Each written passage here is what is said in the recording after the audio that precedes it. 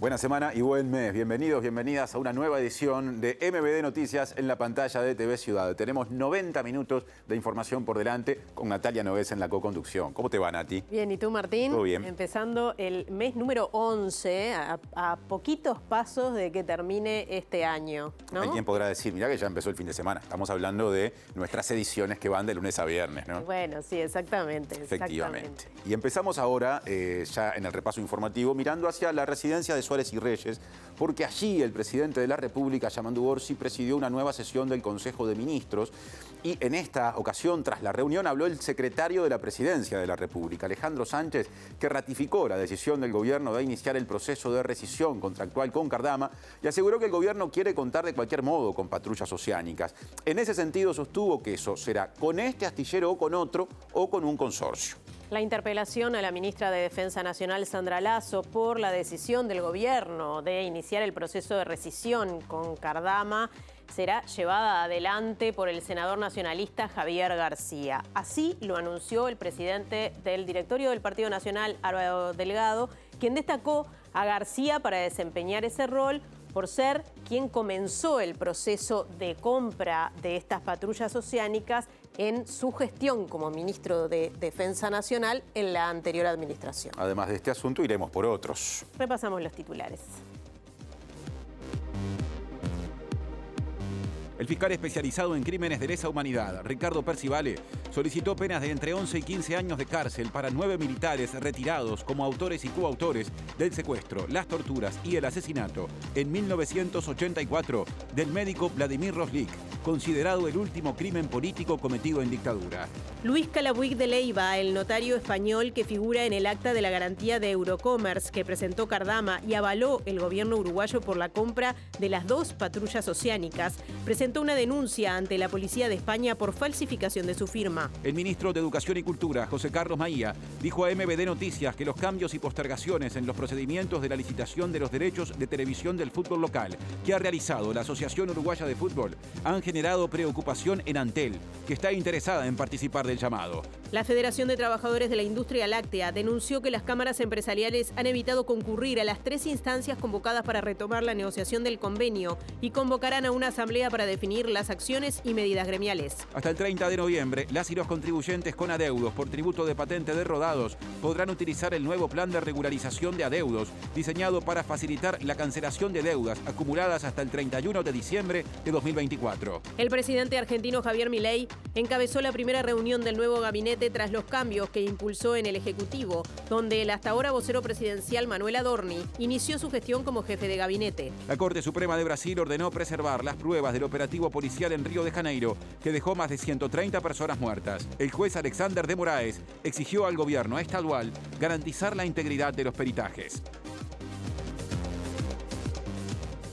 Recuerden que nos pueden ver en vivo en todos sus dispositivos, en tvciudad.uy a través de YouTube, y también nos pueden escuchar en la radio de la Universidad de la República, uniradio.edu.uy o 107.7 FM. Salimos del estudio, Martín. Tiempo de presentar los adelantos desde los móviles. Y empiezo saludando a Mariana Abreu, que justamente está en una actividad vinculada a derechos humanos. ¿Cómo te va, Mari? Sí, ¿cómo andás, Martín? El saludo para todos. Estamos en el Teatro Solís porque aquí, en minutos nada más, se va a estar realizando una conferencia de prensa por parte de Abuelas de Plaza de Mayo Argentina para el lanzamiento de una campaña de nietos y nietas para buscar nietos y nietas aquí en nuestro país. Estamos hablando de niños y niñas que fueron apropiados durante la dictadura cívico-militar. Se aguarda la presencia del presidente Yamandu Orsi, entre otras autoridades. Derechos humanos en clave de pasado y también de presente. Martín Duarte, bienvenido. ¿Cómo andás? Martín, Natalia, buenas tardes para ustedes. Familias Presentes, este colectivo que reúne a familiares de personas privadas de libertad, está elaborando y va a presentar en los próximos días en discusión con organizaciones sociales un proyecto de ley apuntando justamente al hacinamiento carcelario. Puntualmente en nuestro país excede en 3.500 aproximadamente los cupos de la capacidad locativa que tienen las cárceles hoy por hoy. Están presentando este proyecto para estudiar justamente medidas alternativas. En algunos minutos ampliamos. Del este de Montevideo nos venimos hacia el centro prácticamente de la ciudad. Está Diego Martini pronto. ¿Cómo te va, Diego? ¿Qué tal, compañeros? Buenas tardes para todas y todos. Mesa política del Frente Amplio acá en la Huella de Seregni, donde se recibe en esta oportunidad autoridades del Ministerio de Economía, encabezadas por el ministro Gabriel Odone, también por el subsecretario Martín Valcorba, donde se van a hacer referencia a algunos cambios que se están desarrollando en la ley de presupuesto que se está discutiendo en estos momentos en la Comisión de Presupuesto, integrada con Hacienda de la Cámara Alta, así que ampliaremos en unos minutos. Otro adelanto, el secretario de la Presidencia, Alejandro Sánchez, dijo que están avanzados los acuerdos de las mesas de negociación colectiva en un 30% de los casos. Por su parte, Luis Goichea, presidente del sindicato de CONAPROLE, dijo que las pautas salariales propuestas por el Poder Ejecutivo para su sector son bajas. A nivel de facturación, estén pensando en no querer discutir con los trabajadores justamente todo lo que genera la plusvalía de nuestro trabajo. Por eso nosotros creemos que las pautas hoy salariales que ha promovido el Poder Ejecutivo son muy bajas y queremos negociar una mejora económica importante. Hay más de 100 mesas de negociación que están tramitando los acuerdos salariales entre trabajadores y empleadores. Nosotros al día de hoy tenemos un 30% de las mesas que se están en la negociación colectiva que ya han llegado a acuerdo dentro de las pautas que ha planteado el Poder Ejecutivo. Ahora empezamos a desarrollar la información. Nos quedamos con el secretario de la Presidencia, Alejandro Sánchez, que dijo que la empresa española Cardama ha expresado su voluntad de dialogar con el gobierno uruguayo luego de ser notificada acerca de la intención del Estado de rescindir el contrato, y también contó Sánchez que el gobierno decidió informarle de los pasos que se han ido dando a la Embajada de España. Tras una sesión del Consejo de Ministros, Sánchez ratificó que el gobierno interpreta que el contrato no se ejecutó debido a los problemas de la garantía de fiel cumplimiento. Cualquier contratación de la administración pública, sea licitación o sea por compra directa, no se puede comenzar a ejecutar el contrato y a tener vigencia legal el contrato si no se constituyen esas garantías. Evidentemente nos encontramos frente a una situación en donde al parecer esas garantías son garantías de papel, ¿no? Y ahí hay un elemento muy importante. Sánchez volvió a afirmar que la rescisión contractual pretendida por el gobierno implica iniciar un proceso en el que, más allá del desenlace, puede ser necesario establecer un diálogo con la empresa. Iniciar el proceso para rescindir un contrato que tiene la administración pública tiene un conjunto de acciones. El primero es la voluntad del Poder Ejecutivo de entender que tiene un contrato que no tiene garantías y por tanto lo va a denunciar. Cuando uno inicia ese proceso, el contratista tiene derecho naturalmente a hacer sus descargos y puede requerir o no la mediación para analizar los pormenores de las distintas hipótesis. Por tanto, la decisión del Poder Ejecutivo está avanzando, que es la decisión que tomó el presidente de la República. Realizar una denuncia penal por el posible fraude y comenzar el proceso administrativo para denunciar el contrato. Eso lleva un proceso de tiempo, naturalmente, porque hay que respetar los derechos, los deberes, en este caso, de un proveedor del Estado. Efectivamente, Cardama se ha intentado comunicar con el Poder Ejecutivo intentando generar alguna instancia de diálogo. Lo que nosotros hemos planteado es, primero, notificar, en este caso al contratista, sobre la decisión del Poder Ejecutivo de avanzar en la vía administrativa para denunciar el contrato y, naturalmente, el Poder Ejecutivo está dispuesto a, en ese proceso administrativo, si es que se necesitan abrir espacios de mediación, hacerlo. Obviamente nosotros hemos tenido comunicaciones con el gobierno y con la Embajada española a efectos de notificarles la decisión que estábamos tomando y a efectos de que estén informados, cosa que también el gobierno español ha planteado su voluntad de acompañar al Uruguay y asesorar al Uruguay en la medida de sus posibilidades y en el marco de sus competencias, porque aquí lo que hay es una contratación entre un privado y el Estado uruguayo. Seguimos en tema. El presidente del directorio del Partido Nacional, Álvaro Delgado, anunció que el senador Javier García será el miembro interpelante de la ministra de Defensa, Sandra Lasso, por el caso Cardama. En el Partido Nacional entienden que es quien más conoce del tema porque durante su gestión como ministro de Defensa Nacional, que se extendió durante la mayor parte del gobierno pasado, justamente fue que se inició el proceso de compra de las lanchas patrulleras oceánicas a Cardama. Se hicieron las consultas con el resto de la oposición y hubo, en ese sentido, conformidad que se hiciera en el Senado y que le hiciera, obviamente, el senador Javier García. que además fue ministro de Defensa, como fue en su gestión donde se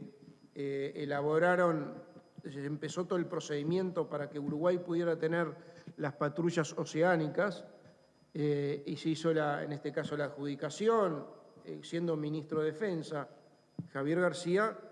Pocos como él conocen este tema y la necesidad de que la Fuerza Armada viene reclamando, y la Armada hace más de 20 años este tema, y por primera vez Uruguay estaría en condiciones de tenerla si este gobierno no rescinde el contrato.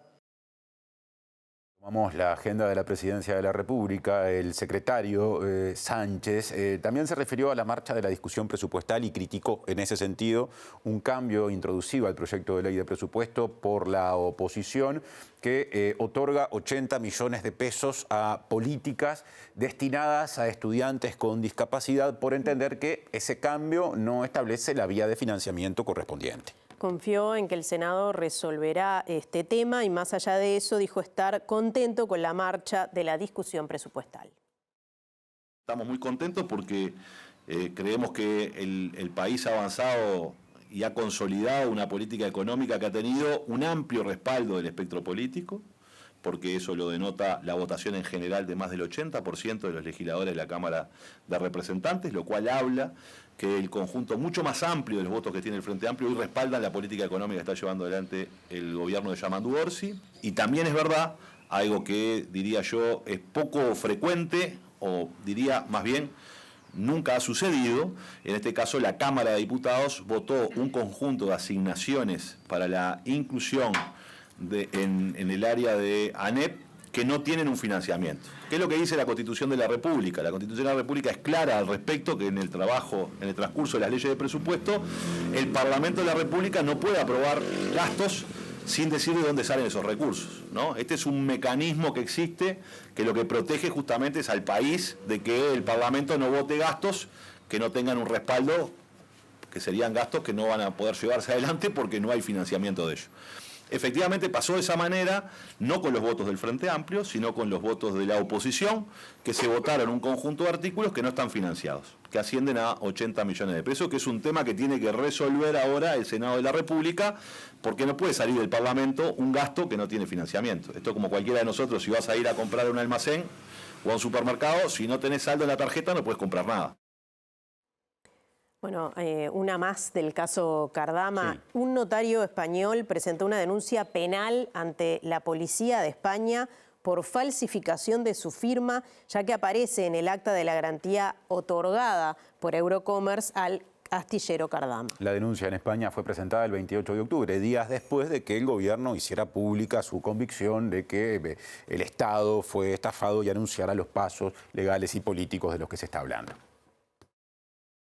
El notario español Luis Calabuch de Leiva presentó la denuncia ante la Dirección General de la Policía Española tras conocerse que Eurocommerce Bank es una empresa fantasma, según informó el Colegio Notarial de Valencia al medio local Crónicas del Este. El semanario Búsqueda publicó previamente que el estudio del Piazo, contratado por el Estado uruguayo, le llamó la atención que la garantía estaba firmada por Alex Walsh y no tenía traducción ni tampoco certificación. Solo estaba acompañada de un acta elaborada por un notario español llamado Luis Calabuch de Leiva, en la que decía que Walsh tenía potestades para firmar un documento de garantía que valía 4 millones de euros. A su vez, alguien de nombre Francisco Sabater Cabanés se presentó ante el Ministerio de Defensa y garantizó que Walsh tenía facultades para firmar el aval en representación de Eurocommerce. El propio Calabuch señaló a Búsqueda que el documento no fue firmado por él y que es posible que fuese una falsificación. Hace un año, previo a concretarse la garantía, que ahora derivó en una denuncia, el estudio del Piazo había informado al Ministerio de Defensa que no podía acreditar la representación para firmar la garantía de Alex Walsh. El informe del estudio jurídico dice que no había un documento sin apostillar ni certificar y que solo se adjunta un certificado notarial emitido por un notario español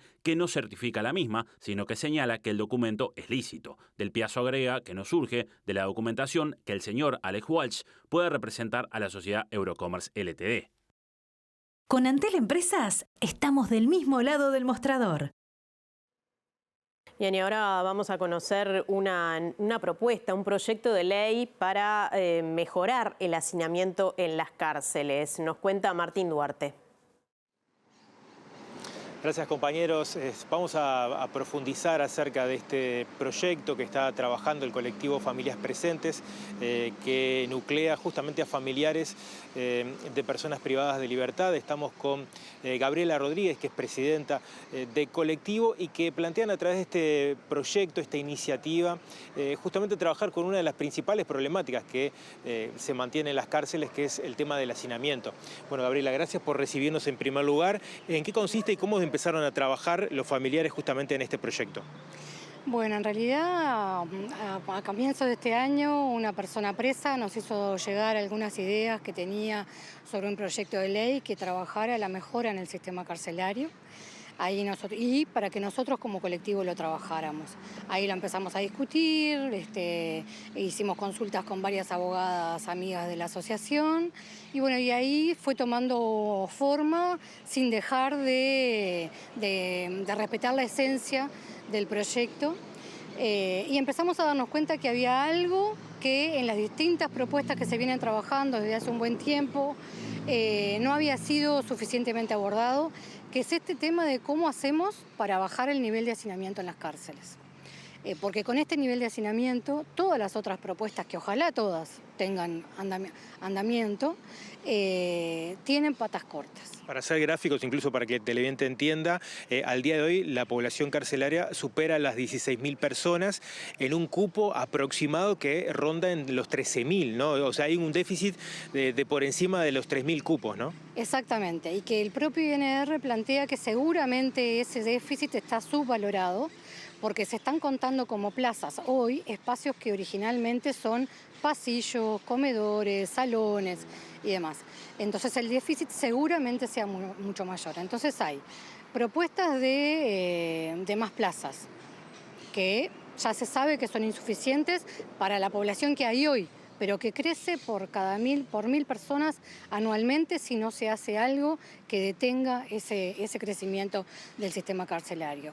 Se plantean mejoras en cuanto al trato, al tratamiento, por lo tanto en las posibilidades, ni que hablar de acceso a mejor alimentación, a mejor salud, a más oferta educativa, a algunos puestos de trabajo.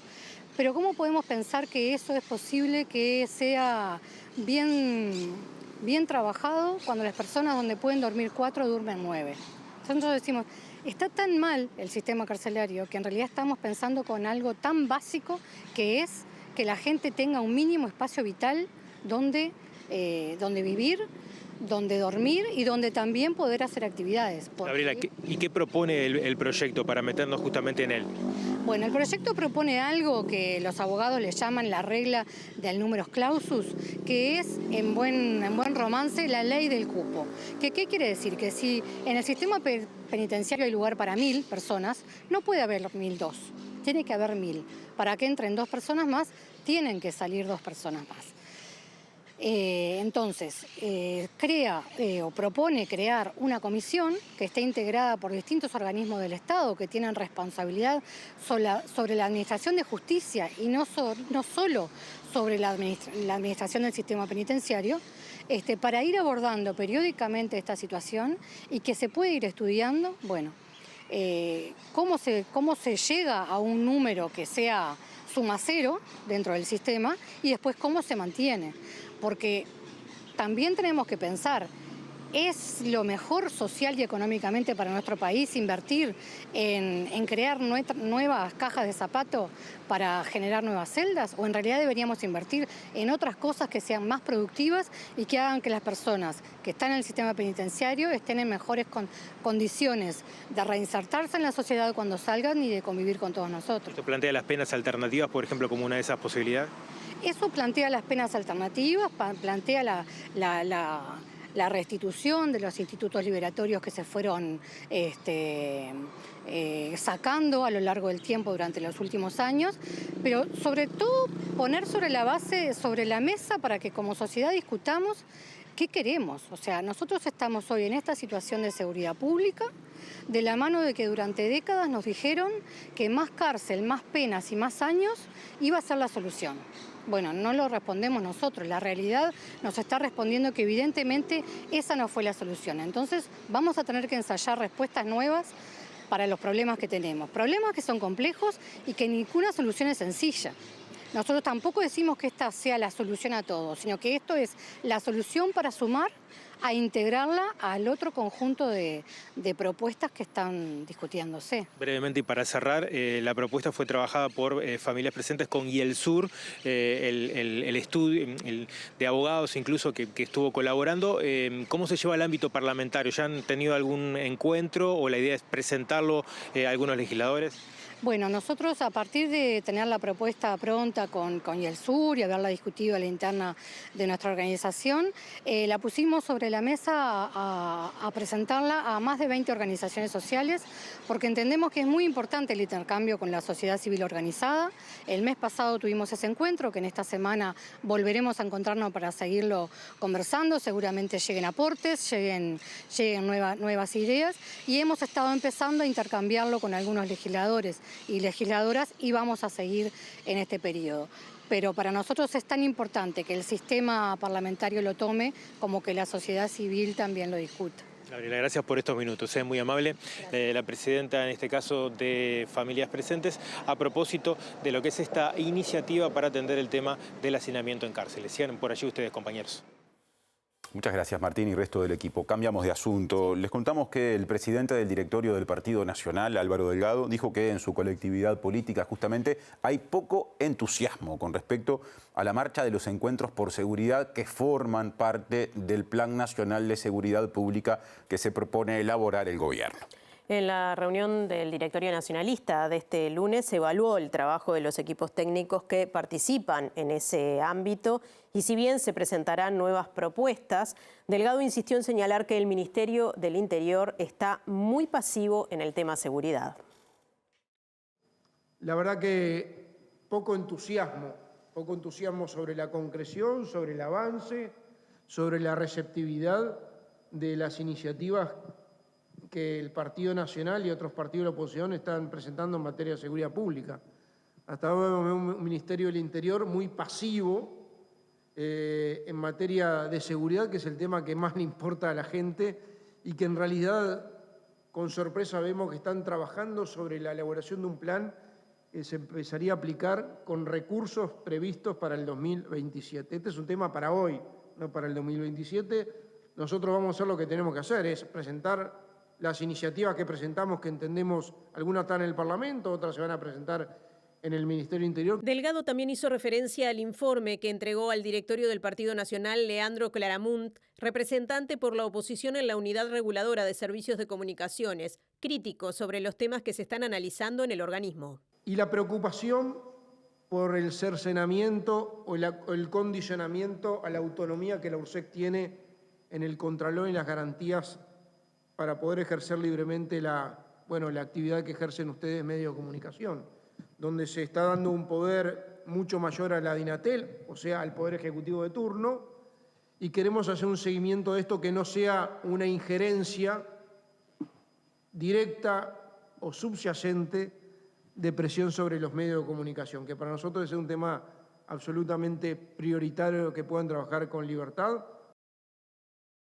Ahora cambiamos de asunto. Les contamos que el fiscal especializado en crímenes de lesa humanidad, hablamos de Ricardo Percivale, solicitó penas de entre 11 y 15 años de cárcel para 9 militares retirados como autores y coautores del secuestro y las torturas en 1984 de un grupo de personas que vivían en San Javier, departamento de Río Negro, entre las cuales figura el médico luego asesinado, eso en su momento lo abordó otra causa, Vladimir Roslik.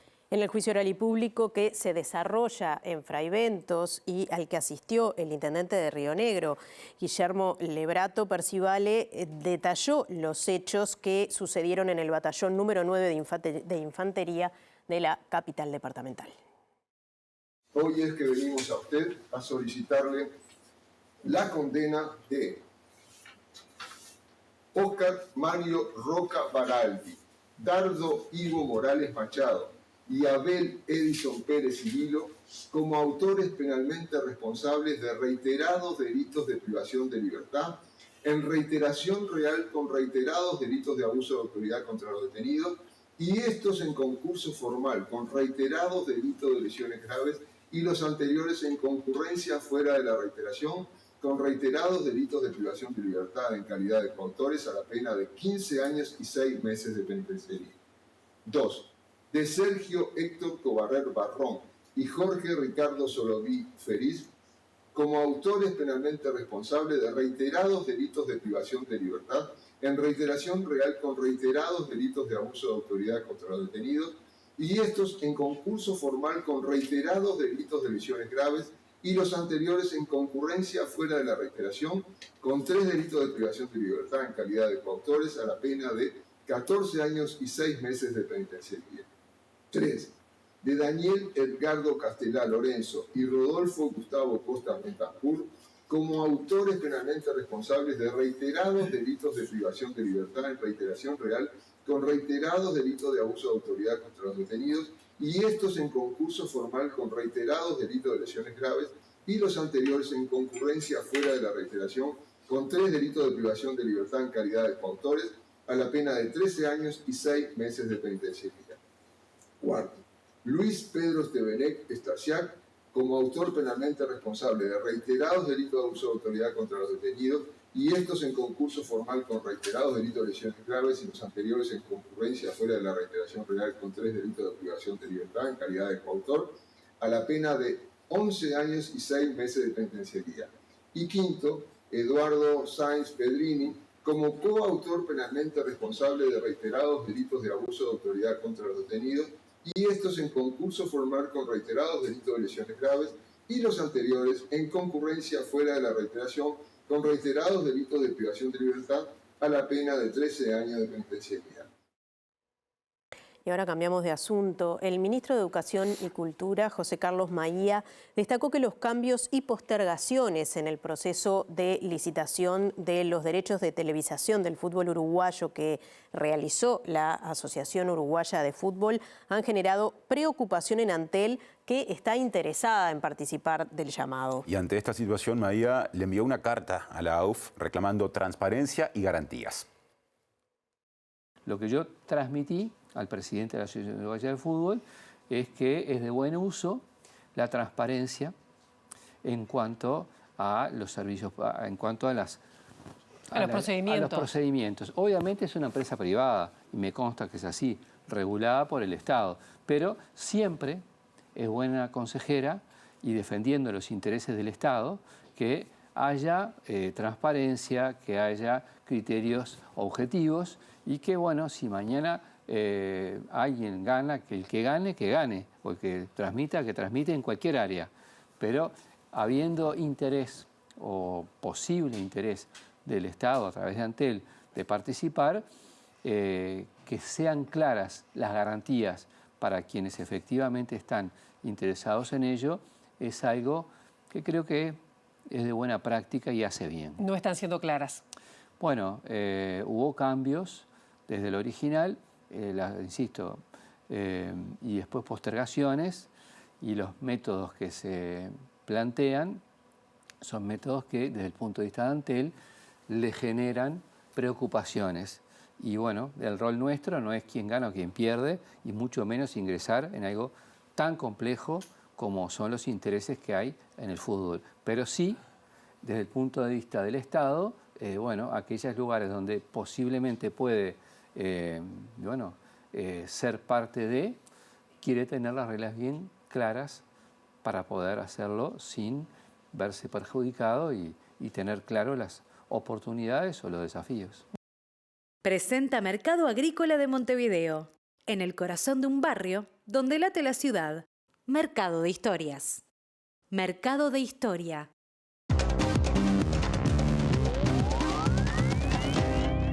¿Qué tal? Buenas tardes. Abrimos el capítulo internacional hablando de la República Argentina, porque hoy el presidente de ese país, Javier Milei, encabezó la primera reunión con el nuevo gabinete en la Casa Rosada y delineó de alguna manera los próximos pasos a dar a partir de este momento, que tienen que ver con algunas reformas que podrían implementarse en las sesiones extraordinarias del Congreso que se van a dar en el mes de diciembre. En la oportunidad, además, como lo vemos allí, de saludar a los miembros del gabinete, Milei presentó al nuevo canciller Pablo Quirno, también a Diego Santilli, que es el nuevo jefe de gabinete, mejor dicho, el nuevo ministro del Interior y al nuevo jefe de gabinete, Manuel Adorni, que fue uno de los cargos que generó mayores rispideces en la interna de no solamente de la Libertad Avanza, sino también de sus aliados, porque el expresidente Mauricio Macri no vio con buenos ojos que el ex vocero presidencial se hiciera cargo de la jefatura del gabinete que hasta ahora estaba en manos de Guillermo Francos, cuya renuncia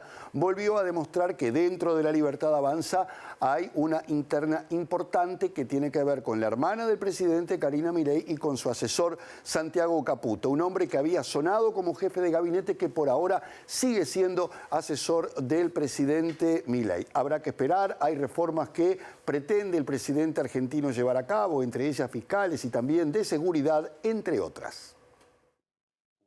El presidente argentino Javier Milei instó en su primera arenga ante el nuevo gabinete a trabajar entre todos y con todos en la reunión que su equipo mantuvo este lunes por la mañana en la Casa Rosada y en la que aprovechó para presentar a los nuevos ministros Pablo Quirno en Cancillería, Diego Santilli como nuevo ministro del Interior y al jefe de dicho gabinete, Manuel Adorni, y donde destacó la importancia de avanzar en los 4 temas clave que se tratarían en diciembre en las sesiones extraordinarias del Congreso. Los cambios en el equipo de gobierno se han producido en medio de una profunda interna entre los armados de Karina Milei y Santiago Caputo, ambos presentes en el encuentro, y donde el rediseño del gabinete ha mostrado un empoderamiento de la hermana del mandatario, relegando por ahora al otro integrante del llamado Triángulo de Hierro que conforman con el presidente. A pesar de que en la llamada foto de familia de la reunión y en posteriores comentarios se intentaron mostrar un equipo alineado, la interna sigue convulsionada por el desplazamiento de Guillermo Francos como jefe de gabinete y el empoderamiento de Karina y sus colaboradores, los primos Lule y Martín Menem. Durante el encuentro, que se prolongó por poco más de 1 hora, cada ministro hizo un raconto de la gestión y dio detalles de los futuros planes, aunque el mandatario hizo hincapié en que son tiempos de avanzar en los 4 temas claves previstos para el debate de las extraordinarias. En declaraciones a la prensa acreditada, Santilli, flamante titular de la cartera política, confirmó que el jefe de Estado planteó las reformas estructurales que se comprometieron en campaña y que son importantes para Argentina, como presupuesto y modernización laboral para sacar de la informalidad a millones de trabajadores, la fiscal para bajar impuestos y el Código Penal, que es muy importante, según dijo. La Corte Suprema de Brasil pidió preservar los detalles del operativo policial que dejó más de 130 muertos en Río de Janeiro y convocó precisamente al gobernador de ese estado, Claudio Castro, para que dé detalles y precisiones y si se respetaron los protocolos establecidos por el gobierno federal para este tipo de instancias. El gobernador de Río de Janeiro, que responde al partido de Jair Bolsonaro, dijo que todos los muertos y la mayoría de los detenidos en el operativo estaban vinculados al Comando Vermelho, que es un poder paralelo, dijo, en Brasil y que así ha quedado demostrado. Todo esto se enmarca dentro de una serie de investigaciones que viene llevando a cabo el juez Alexandre de Moraes, donde está previsto también que convoque a organizaciones sociales y de derechos humanos para cotejar todo lo que ocurrió precisamente en esa jornada. En una decisión dictada este domingo, el juez Alexandre de Moraes ordenó que la preservación total y la documentación de los elementos materiales, incluidos los peritajes y sus cadenas de custodia, se realice de forma rigurosa e integral para asegurar la transparencia y la investigación de los hechos por parte del Ministerio Público. El pedido se enmarca en una sentencia previa de la Corte en la que se dictaron una serie de nuevas reglas para la realización de operaciones policiales en las favelas del estado de Río de Janeiro, con el objetivo de prevenir violaciones de derechos humanos, y el Supremo busca además supervisar si el gobierno estatal cumplió con las determinaciones impuestas y si el operativo se llevó a cabo de acuerdo con los protocolos establecidos por el tribunal. Según el documento, el gobernador de Río de Janeiro, Claudio Castro, deberá ser intimado a la brevedad para asegurar el cumplimiento inmediato de la decisión y además de la medida cautelar. El magistrado designó una audiencia conjunta para el próximo 5 de noviembre con cerca de 20 organizaciones de derechos humanos, movimientos sociales y entidades de la sociedad civil que actúan en los complejos de favelas. El gobernador Claudio Castro deberá comparecer ante Moraes en una audiencia para responder a una serie de interrogantes cruciales, como el balance oficial de muertos y heridos, la presentación del informe detallado de la operación y las medidas adoptadas para asistir a las víctimas. Comenzamos el segundo bloque de la edición central de MBD Noticias y nos vamos al contacto nuevamente con Martín Duarte, que está en la Facultad de Información y Comunicación. Reclamo por presupuesto, Martín. Así es, Natalia, y ocupación que fue definida por el Centro de Estudiantes en la jornada de hoy. Vamos a estar ampliando un poco de cómo se han ido plegando distintos centros educativos, en particular terciarios, a lo que es esta discusión que ahora está en manos del Senado en torno al presupuesto para, ni que hablar la universidad, pero el presupuesto para la educación. Estamos con Martina y Lucía, que integran el Centro de Estudiantes de la Facultad de Información y Comunicación, para que nos cuenten, bueno, cómo se definió en particular esta ocupación, Martina, de la jornada de hoy. Hola, ¿cómo estás? ¿Cómo se definió la ocupación? En realidad la ocupación parte de una preocupación que tenemos como estudiantes, porque apuntamos a que esta universidad sea accesible y pública realmente, y para eso entendemos que necesitamos de presupuesto. Para garantizar el acceso a la educación universitaria necesitamos del presupuesto, más allá de una enseñanza digna. Hay muchos estudiantes que realmente necesitan de las becas y sin presupuesto no podemos para nada garantizar esa accesibilidad. Por otra parte, puntualmente cómo llegamos a esta resolución tiene que ver con, lo decimos en espacios orgánicos del Centro de Estudiantes, en asambleas, que son espacios abiertos, donde todos los estudiantes tienen voz y voto, y entendimos que esta es la medida adecuada porque en realidad la reasignación que tuvimos después de este presupuesto que en primera instancia le daba las espaldas a la universidad, estas reasignaciones las conseguimos a partir de la movilización en las calles, de la presión gremial. Entonces, en ese sentido, entendemos que esta es la vía, para ser escuchados y para que realmente se escuche la voz del estudiante y se pueda apuntar a esta universidad a la que apuntamos y en la que creemos que es la que es accesible y para todas y todos los que quieran formar parte de la misma. Referenciamos que la ocupación comenzó en la jornada de hoy. ¿Hasta cuándo se va a extender o qué tienen previstos o cómo se va a ir analizando día a día también en función de lo que es una serie de movidas que hay en otros centros educativos? Mira, en realidad mañana a las 6 de la tarde vamos a estar con otra asamblea donde vamos a decidir si efectivamente queremos ir con esta medida de lucha o no, y así efectivamente cada 24 horas hasta bueno, ponerle un punto final a la medida. O sea, ¿cómo están coordinando con otros centros educativos y qué expectativas también en torno a las reasignaciones que puedan obtenerse en base a la discusión y este tipo de medidas que se vienen tomando, ya sea por los estudiantes, pero también por docentes y por los centros educativos de otras universidades? Bien, sí. En cuanto a la coordinación con otros centros de estudiantes, nosotros formamos parte de la FEU, que es la Federación de Estudiantes Universitarios del Uruguay, y a través de los espacios orgánicos que tiene la FEU y las redes que nos permite generar, estamos en comunicación con otros centros. Hoy en día, ahora están ocupadas Humanidades, Psicología y Sociales. Sabemos que hay otras facultades que planean tener asambleas para averiguar y ver y consultar en su estudiantado de si quieren o no acompañar esta medida. Y bueno, un poco eso, vamos evaluando día a día y entendemos que esta lucha es significativa siempre y cuando sea coordinada y en conjunto. De que en realidad no somos nosotros solo los estudiantes de la FIC que estamos preocupados, somos todos los estudiantes de la universidad que estamos profundamente preocupados por esta asignación presupuestal. En cuanto a las expectativas, y si sois positiva, ojalá haya más resignaciones. Siempre bienvenidas las resignaciones que hubieron en diputados. En realidad, nada, las agradecemos, pero entendemos que tampoco son suficientes para la meta a la que queremos llegar, que es el plan estratégico que la UDELAR presentó, que es con la plata que es la plata que la universidad necesita para funcionar bien. Hoy en día la universidad no funciona bien, y no es porque la universidad no sepa gestionarse, sino porque hay falencias a nivel presupuestal de las partidas que el gobierno, que el Estado decide darle a la universidad. Nada, entendemos que es complejo, que el espacio fiscal es poco, pero también entendemos que también hay una voluntad política en cuanto a la asignación de recursos que se le da a la universidad. Y un poco por ahí, bueno, un poco vos me preguntabas el tema de la coordinación con funcionarios y docentes. Hoy nuestra ocupación es intergremial, porque no solo los estudiantes estamos preocupados por nosotros, por nuestras trayectorias, estamos preocupados por nuestros docentes que están precarizados, y ellos están preocupados por ellos y por nosotros, y por los funcionarios que tampoco les da.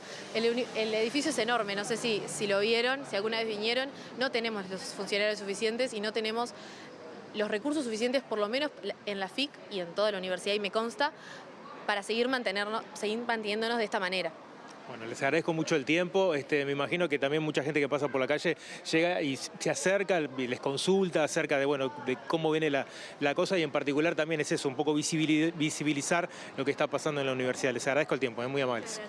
Bueno, compañeros, aquí lo que está pasando, como decían, en distintos centros educativos, pero en particular en la Facultad de Información y Comunicación. Muchas gracias, Martín y equipo. Seguimos en tema de alguna forma, porque el ministro de Educación y Cultura, justamente, José Carlos Maía, reconoció que no ve condiciones como para que se alcance una inversión educativa que llegue al 6% del Producto Interno Bruto, ¿no? Orientación, dicho de alguna manera, que estaba planteada en el programa del gobierno del Frente Amplio, presentado durante la campaña electoral, pero insistió, de todos modos, en que la asignación presupuestal que habrá, cuando se apruebe el presupuesto en este gobierno, va a superar a la del periodo pasado. En diálogo con MBD Noticias, Maía relativizó la versión sindical que establece que al final del periodo el porcentaje del Producto Bruto Interno destinado a la educación será menor que el que se destina actualmente. Es una forma de medirlo. Yo lo que digo es la asignación de dinero efectivo que se traduce en digamos, pesos constantes. La asignación es, en algunos casos, 2,5 veces a la que hizo el gobierno anterior. Esa es la referencia, porque claro, insisto, estamos lejos de lo que nosotros quisiéramos, porque bueno, la educación es algo que nos gustaría tenerlo aún en mejores condiciones, que haya... O sea que el 6% no se llega ni... Yo no veo condiciones para ello. Vamos a aproximarnos lo más que podamos, pero, a ver, hay cosas que también hay que decir. Cuando tú afirmas públicamente cosas, lo haces en determinada época y además en determinadas circunstancias. Nosotros teníamos una información de parte del gobierno anterior en cuanto a la situación fiscal y económica del país, que una vez que asumimos el gobierno, se tradujo en que hay 1.200 millones de dólares superiores en déficit a lo previsto. Por lo tanto, no podés hacer como que no existe, porque eso es efectivamente el Estado que tiene incumplimiento o tiene que cumplirlo. Entonces, eso, digamos, no te quita el rumbo y las prioridades que fijaste, pero sí te puede quitar la cadencia del gasto o incluso la meta. El secretario de la Presidencia, Alejandro Sánchez, informó que en 30% de los grupos de consejos de salarios ya se alcanzó un acuerdo y en otro 30% las negociaciones están encaminadas. Sánchez mostró conformidad con esas cifras que fueron analizadas en la sesión de hoy del Consejo de Ministros. Entendemos, y así fue el informe que recibimos de parte del Ministerio de Trabajo, como un gran logro que a esta altura ya tengamos el 30% cerrados y acordados las distintas mesas de la negociación colectiva, y tenemos un 30% restante de las mesas que están en vías de llegar a un acuerdo, por lo cual venimos con un cronograma muy bueno. Ustedes recordarán las pautas que nosotros establecimos. Son pautas que están centradas en priorizar los salarios sumergidos, es decir, aquellos compatriotas y compatriotas que perciben un salario inferior a 25.000 pesos por mes, y allí es donde se ha colocado la mayor cantidad de recursos para que se puedan incrementar esos salarios sumergidos, garantizando que el conjunto amplio del resto de las escalas salariales no pierda poder de compra. Y ahora nos focalizamos en un rubro que estaría en ese 40% con respecto al cual no hay avances, se desprende de lo que decía Sánchez, porque puntualmente la Federación de Trabajadores de la Industria Láctea expresó preocupación porque hace casi 4 meses que no hay acuerdo para renovar el convenio colectivo y por ende no hay en ese sector ajustes salariales. Esta tarde, la Cámara de la Industria Láctea del Uruguay, conocida como SILU, comunicó que no participaría de la instancia de negociación en el Ministerio de Trabajo, por lo que el sindicato convocará una asamblea para definir acciones y medidas gremiales. Acá la que está faltando a las convocatorias permanentemente, sin razón alguna por parte nuestra, es la SILU, ya que pensar que no se instale un consejo salero porque una empresa o un sector de una empresa tenga alguna situación complicada, la SILU no concurra, es algo inédito, extraño, que no entendemos, no compartimos y por eso le exigimos al gobierno que siga haciendo las convocatorias y que si no se da, bueno, nosotros analizaremos qué medidas o acciones vamos a estar tomando. Permanentemente ha buscado distintas excusas, ¿no? Reitero, hace 2 reuniones atrás porque había un cartel en la puerta de una empresa que ni siquiera estaba en conflicto, un cartel que denunciaba problemas que hay en la empresa. Eso fue la razón para que no fuera. La semana pasada, el día miércoles estaba convocada y porque hubo una medida puntual en el sindicato de Conaprol, en un sector, ni siquiera en toda la planta, por una sanción que para nosotros es indebida, incorrecta, inclusive ilógica, bueno, la SILU aprovechó para no participar. Creo que la SILU está jugando a que las pautas que para nosotros son muy bajas en cuanto a la realidad del sector industrial lechero. Recordemos que este año va a ser un año récord de remisión de leche a la planta, un año récord de exportaciones de la industria láctea, un año récord de las empresas a nivel de facturación, estén pensando en no querer discutir con los trabajadores justamente todo lo que genera la plusvalía de nuestro trabajo. Por eso nosotros creemos que las pautas hoy salariales que ha promovido el Poder Ejecutivo son muy bajas y queremos negociar una mejora económica importante, tanto a nivel de salario como de beneficio. Y la SILU lo que está buscando es no presentarse y que en algún momento se ve que el Poder Ejecutivo diga, bueno, si no hay consejo salario tenemos que cerrar esta etapa. Presenta Asociación de Funcionarios Portuarios. Hacete socio y accederás a beneficios exclusivos como colonia de vacaciones, préstamos, servicios de la salud, tienda online con precios exclusivos y mucho más. Abuelas de Plaza de Mayo presenta una campaña en este momento en Montevideo, en el Teatro Solís. Allí está Mariana Abreu que nos cuenta. Adelante, Mari.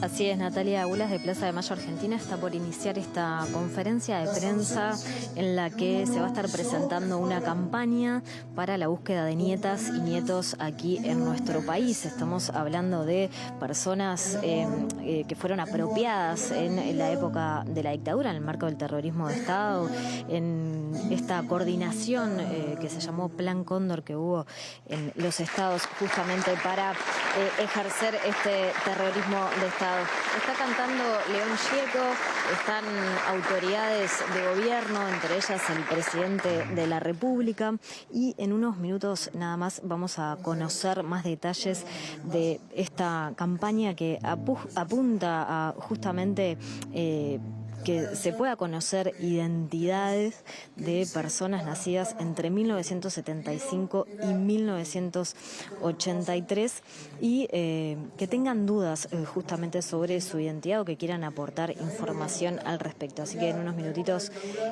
vamos a estar compartiendo más detalles mientras los dejamos con las palabras de León Gieco. Como hicieron en Chile con Víctor Jara, como hicieron en Brasil con Vandré o el tecladista que mataron en Argentina, de Vinicio de Moraes, y en Argentina al que iban a matar era Piero.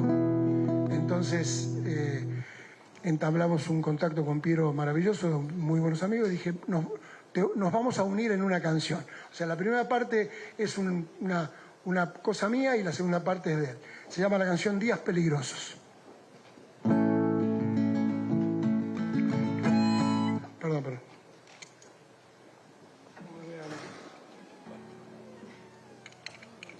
Días peligrosos.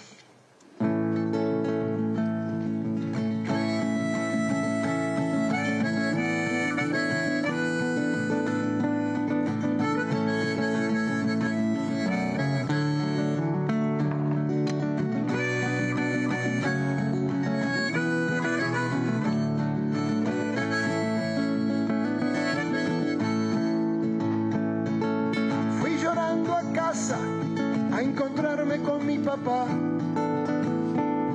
No quería ser monaguillo en la iglesia. Algo me avisó para decir que no. La inocencia puede estallar al segundo.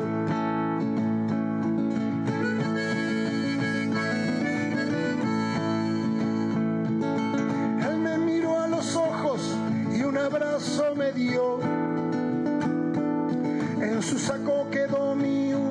una lágrima. Nos fuimos caminando, tomados de la mano, y mi alma se metió otra vez adentro. Hay quien mira y hay quien ve, hay quien solo escucha sin oírte, hay quien calla en vez de gritarlo. La inocencia puede estallar al segundo. Edición central de MBD Noticias, tercer bloque. Empezamos con la siguiente información. Hasta el 30 de noviembre, las y los contribuyentes que mantengan deudas de patente de rodados podrán adherirse al nuevo plan de regularización de adeudos, precisamente. Se les permite refinanciar deudas actualizadas por inflación y acceder a descuentos parciales sobre las multas por mora según el año del vehículo. Según informa el SUSIBE y el Congreso de Intendentes, el plan anunciado es una herramienta para facilitar la cancelación de obligaciones impagas generadas hasta el 31 de diciembre de 2024. Los pagos podrán realizarse hasta en 36 cuotas mensuales con un valor que no podrá ser inferior a 130 unidades indexadas, lo que al valor actual de la UI representa 828 pesos al mes. Para adherirse es obligatorio firmar un acuerdo en cualquier intendencia a través de SUSIBE y no tener convenios tributarios impagos. Las deudas se reliquidarán sin sanciones y se actualizarán por índice de precios del consumo hasta diciembre de 2024. En relación a las multas por mora, se aplicarán los siguientes porcentajes. Para los vehículos del año 2012 a 2016 se suma el 50% de las sanciones generadas. En tanto, para los vehículos de 2017 en adelante se suma el 75% de las sanciones generadas. A su vez, si existen créditos a favor, se descontarán del monto final. Otra condición es que para autos anteriores al año 2012, la reliquidación no podrá superar el 30% del precio del vehículo. Para coches con patente del 2024, calculada por valor mercado, se toma ese mismo monto, mientras que para los vehículos no unificados en SUSIBE se toma 25 veces el valor de la patente del 2024, con un mínimo de 50.000 pesos. Por otra parte, mientras esté vigente el plan de regularización, se exonerarán los costos de reempadronamiento, incluyendo matrículas y documento de identificación vehicular para quienes realicen el trámite y estén al día con las cuotas del plan. Por más información, los interesados se pueden comunicar con SUSIBE o el Congreso de Intendentes. El Poder Ejecutivo reglamentó la gestión de los residuos generados en obras de construcción, reforma o de demolición. Y según se destaca desde el gobierno, estos residuos representan una parte significativa del total de residuos que se generan y por ende la gestión de esos residuos es un tema importante. El decreto firmado por el presidente Yamandu Orsi y las ministras Lucía Echeverri y Tamara Paseiro indica que las obras de construcción, reforma o demolición deberán minimizar la generación de residuos y gestionarlos promoviendo su valorización de manera que no se afecte el ambiente. Los proyectos de obras procurarán la durabilidad de las infraestructuras y de los elementos que las integren, facilitando desde el diseño los procesos de mantenimiento y desconstrucción a efectos de promover el reuso de materiales y la reducción de la generación de residuos. Quedan excluidas del decreto las obras menores de reparación doméstica que se realicen en viviendas unifamiliares o locales comerciales con un área inferior a 250 metros cuadrados siempre que no incluyan la demolición total de la infraestructura edilicia existente. El texto define 3 categorías de residuos: generales, constituidos por residuos de embalaje y de oficina, generados en las actividades comprendidas, así como los derivados de la presencia de los trabajadores en la obra; específicos, integrados por los residuos específicos de las actividades comprendidas que no presenten características de peligrosidad como los escombros, las tierras de excavación, los residuos vegetales, el yeso, el vidrio y los materiales celulósicos, plásticos aislantes, ferrosos y no ferrosos, entre otros. Y peligrosos, todos los que revistan las características de peligrosidad.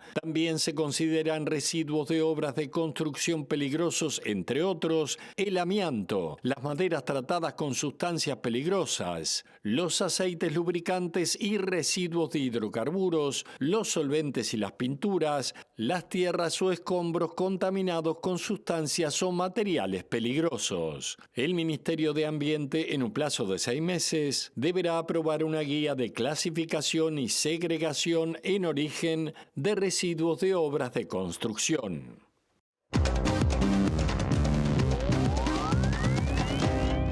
Bien, retomamos la información internacional para hablar de México, donde el asesinato de un alcalde en Michoacán generó una crisis en el gobierno de Claudia Sheinbaum que tiene que ver con la violencia que vive ese país permanentemente con los grupos criminales y sobre todo porque se trata del 7º alcalde muerto desde que Claudia Sheinbaum llegó al poder. Sin embargo, los números de Claudia Sheinbaum en este aspecto, en la muerte de alcaldes particularmente, sigue muy por debajo de sus antecesores, incluido su mentor, el expresidente López Obrador. Todo esto generó no solamente una crisis política a nivel gubernamental, sino en el propio estado de Michoacán, donde el gobernador perteneciente al partido de gobierno fue expulsado al grito de fuera asesino y lo hacen responsable de la situación que se vive en esa región. Carlos Manso, de 40 años, fue asesinado a tiros este sábado mientras encabezaba la fiesta del Día de los Muertos en un parque colmado por cientos de personas, entre ellos decenas de niños, y había ganado la alcaldía de Uruapan en 2024 como candidato independiente. Durante su breve gestión denunció la supuesta influencia del cártel Jalisco Nueva Generación y de la organización criminal Caballeros Templarios en la política michoacana, lo que salpicó al gobernador Alfredo Ramírez Bedoya del partido oficialista Movimiento de Regeneración Nacional Morena. El impacto social y político de la ejecución quedaron en evidencia durante el velorio de Manso, ya que su viuda Grecia Quirós advirtió que lo mataron porque fue el único que se atrevió a levantar la voz contra el crimen organizado y prometió que la lucha contra los cárteles y la corrupción seguirá viva para defender el legado de quien hubiera sido el mejor presidente de México. La ceremonia luctuosa terminó en escándalo ya que Ramírez Bedoya, gobernador del estado, acudió protegido por sus escoltas para mostrar sus condolencias, pero solo pudo permanecer en el lugar durante algunos minutos, ya que fue repudiado por una multitud que lo expulsó al grito de fuera asesino e incluso recibió una cachetada de una mujer cuando ingresó a la sala velatoria. El mes pasado, la presidenta Claudia Sheinbaum presumió que durante su primer año de gobierno había logrado una reducción histórica del 32% de homicidios en un país que desde hace 2 décadas padece una incesante y creciente violencia narco que volvió a demostrar su poderío en Uruapan. La prensa alertó que desde que Sheinbaum comenzó a gobernar han matado a 7 alcaldes, cifra que todavía está lejos de sus antecesores, ya que durante la gestión de Felipe Calderón hubo 45 crímenes de este tipo, con Enrique Peña Nieto subieron a 85, en tanto que con Andrés Manuel López Obrador y con la presidenta actual se consolidó una tendencia a la baja en este tipo de delitos. El gobierno de Francia insiste con no firmar el acuerdo Unión Europea-Mercosur si no están dadas las garantías de salvaguardia que ha prometido la Unión Europea para hacer frente a ciertos desniveles que podrían darse en este acuerdo y que ha puesto sobre la mesa no solo Francia, sino los sectores agropecuarios que entienden que pueden enfrentarse no solamente a una competencia donde no estarían en condiciones de ganar, sino también que reclaman que a los países del Mercosur se le exijan los aspectos sanitarios que hoy deben comprobar aquellos que llevan adelante la agricultura en la Unión Europea. La Comisión Europea está preocupada porque se le vencen los plazos y quisiera firmar este acuerdo finalmente antes de que deje la presidencia pro tempore del Mercosur Lula da Silva, es decir, en el mes de diciembre, y se ha comprometido con el gobierno de Francia a cumplir con todos estos aspectos para que finalmente firme el acuerdo. El primer ministro francés Sébastien Lecornu instó a Bruselas a que implemente medidas concretas que garanticen igualdad de condiciones entre los productores europeos y los del Mercosur, afirmando que si una sustancia o un modo de producción están prohibidos para nuestros agricultores, debe ser lo mismo para los productos importados, según dijo. El ministro francés de Asuntos Europeos, Benjamin Haddad, advirtió por su parte en una entrevista este domingo con el Journal du Dimanche que su país no firmará el acuerdo comercial sin la cláusula de de salvaguardia prometida por Bruselas para proteger a sus agricultores. La Comisión Europea anunció en septiembre medidas de salvaguardia con la esperanza de obtener el visto bueno de París, ya que los agricultores y ganaderos franceses temen que su mercado se vea inundado de carne, azúcar, arroz o soja procedentes del Mercosur. Queremos que esta cláusula sea adoptada y reconocida por los países del Mercosur antes de cualquier firma del acuerdo, sostuvo el ministro Haddad, quien explicó que Francia está evaluando si las garantías protegerían eficazmente los sectores agrícolas frente a las perturbaciones del mercado y la competencia desleal. Bruselas espera obtener el aval de los estados europeos antes de finales de diciembre, mientras el presidente brasileño Lula da Silva ocupe la presidencia rotatoria del Mercosur, ya que el acuerdo aún tiene que ser aprobado por los 27 estados miembros de la Unión Europea antes de entrar en vigor. Bueno, el último bloque de la edición central de MBD Noticias, saliendo exteriores. Efectivamente, tiempo de móvil, vemos y escuchamos. Adelante. Sí, compañeros, buenas tardes. Como informábamos, se están reuniendo en este momento la mesa del Frente Amplio, mesa política, donde están recibiendo justamente autoridades del Ministerio de Economía y Finanzas, encabezadas por el ministro Gabriel Odone, quien está brindando las novedades respecto al tratamiento del presupuesto nacional en la Comisión de Presupuesto integrada por Hacienda de la Cámara de Senadores, que recordemos empezó la semana pasada en una situación que está más bien de tire y afloje. Recordemos que el presupuesto ya fue aprobado en el Diputados y ahora pasó al Senado, donde lo único que se puede hacer es reasignar recursos, pero hay que tener mucho cuidado con eso porque luego tiene que ser ratificado también en Diputados y eso no le garantiza al Frente Amplio tener la mayoría. Algunos de los equipos que se han ido o de las delegaciones que se han ido, por ejemplo, Fiscalía, fueron los que llamaron más la atención por las declaraciones que surgieron de la fiscal de Corte subrogante, Mónica Ferrero, quien señaló que por 15 centímetros no perdió la vida en el atentado que hicieron en su casa y se viene manejando la posibilidad entonces de reasignarle recursos a Fiscalía para la creación de algunas fiscalías especializadas, para la creación de una escuela de fiscales, entre otras cosas. También algo importante señalar es que tiene que ver con lo sucedido con la educación. Recordemos que la semana pasada la intergremial universitaria fue recibida por el secretario de Presidencia, Alejandro Sánchez, sobre la situación de la educación. Hay una posibilidad de reasignar algunos recursos, pero no hay una posibilidad de un crecimiento mayor al proyectado. ¿Y esto de qué depende? Bueno, recordemos que el presupuesto nacional está basado básicamente en el presupuesto del año 2024 y que el gobierno le va a generar, digamos, aditivos progresivamente, desde 140 millones de dólares más en el año que viene hasta llegar a 240 millones.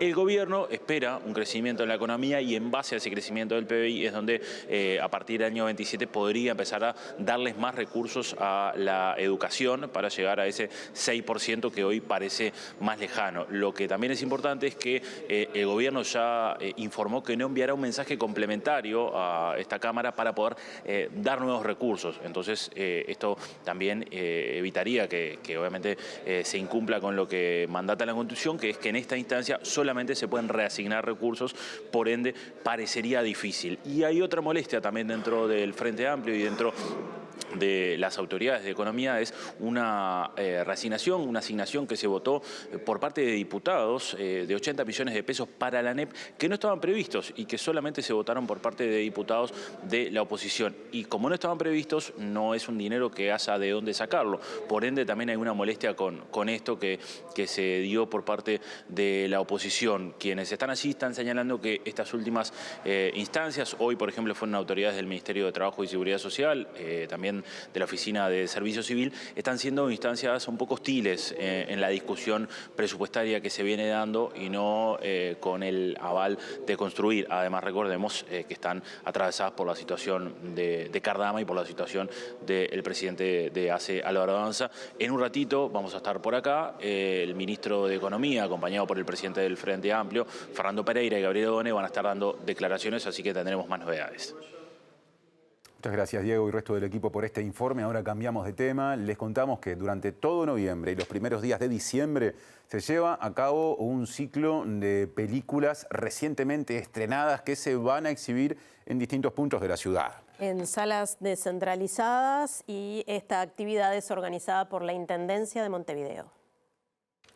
La propuesta es una invitación a celebrar el cine uruguayo acercando al público producciones nacionales enfocadas en historias que nos atraviesan. La función de apertura fue el sábado pasado en el Centro Cultural Álvaro Vallo, donde se proyectó Montevideo Inolvidable, el documental de Alfredo Guerra, en que a partir de testimonios de arquitectos, urbanistas y especialistas, la película invita a reflexionar sobre la preservación del patrimonio edilicio montevideano. Se vuelve a exhibir el jueves 20 a las 20 horas en la sala Jorge Lazaroff. Otra película destacada del ciclo es Perros, dirigida por Gerardo Minuti, que participó en la sección oficial del Festival de Málaga y tuvo su estreno en 2025. Se proyecta el jueves 13 en la sala Lazaroff, el viernes 14 en el Centro Cultural Casa de la Pólvora, el sábado 15 en el Centro Cultural Álvaro Vallo, el jueves 20 en el Centro Cultural Terminal Goes y el viernes 21 en el Centro Cultural Mercado Victoria. El tema del verano, dirigida por Pablo Stoll,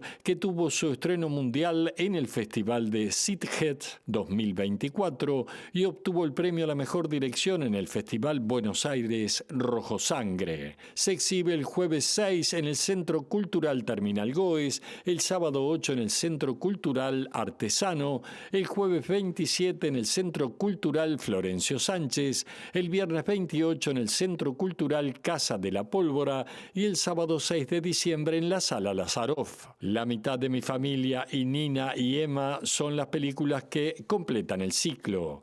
La última de ellas podrá verse el jueves 27 en el Centro Cultural Terminal Goes como parte de la Semana del Cine Uruguayo promovida por la Agencia de Cine y el Audiovisual del Uruguay, ACAU. Y ahora volvemos a salir de nuestros estudios. Vamos allí al Teatro Solís, donde está Mariana Abreu en esta presentación de campaña de Abuelas de Plaza de Mayo. Agradecer a quienes...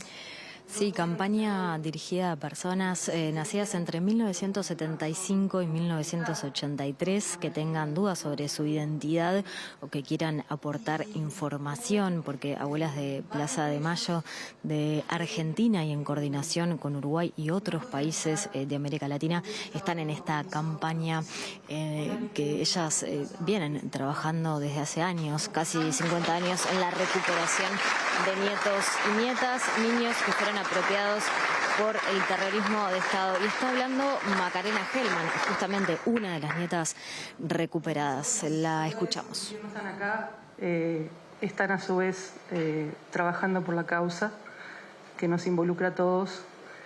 Y bueno, y por supuesto la familia que tuvo esta espera tan larga. Y bueno, esperemos que tengan eso lo mejor que puedan obtener, porque sabemos que con el tiempo la justicia muchas veces pierde algunas cuestiones, pero es muy importante desde ya que esto se esté dando en este momento. Bien, ya les contamos que estamos instalando este nodo de la Red por el Derecho a la Identidad en Uruguay. Las razones creo que además de estar explicadas, también incluyen ejemplos, por lo cual creo que se sustenta este planteo que estamos haciendo. En este camino de la búsqueda por la identidad de las personas que nacieron entre 1975 y 1983, nos encontramos también con otros que muchas veces, habiendo nacido en esos años, no resultan ser los nietos y nietas que estamos buscando, y también de otras edades, porque esto ha pasado mucho a lo largo del tiempo y ellos también están buscando su identidad y también con ellos nosotros nos proponemos trabajar. El derecho a la identidad es algo que debemos defender. En algunos momentos de la historia, por razones incluso culturales y bueno, y distintas coyunturas de la vida, estas personas no se criaron con su familia de origen.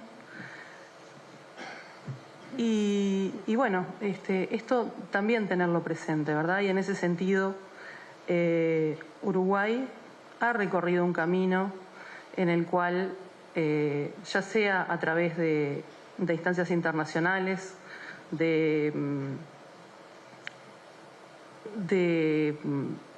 la Declaración Universal de los Derechos Humanos, en su artículo 2. Nos quedamos con estas palabras de Macarena artículo Gelman en 24 esta del actividad vinculada a esta campaña que presenta en nuestro país nada menos que Abuelas de Plaza de Mayo. Con presencia de autoridades, entre ellas el presidente de la República. Claro.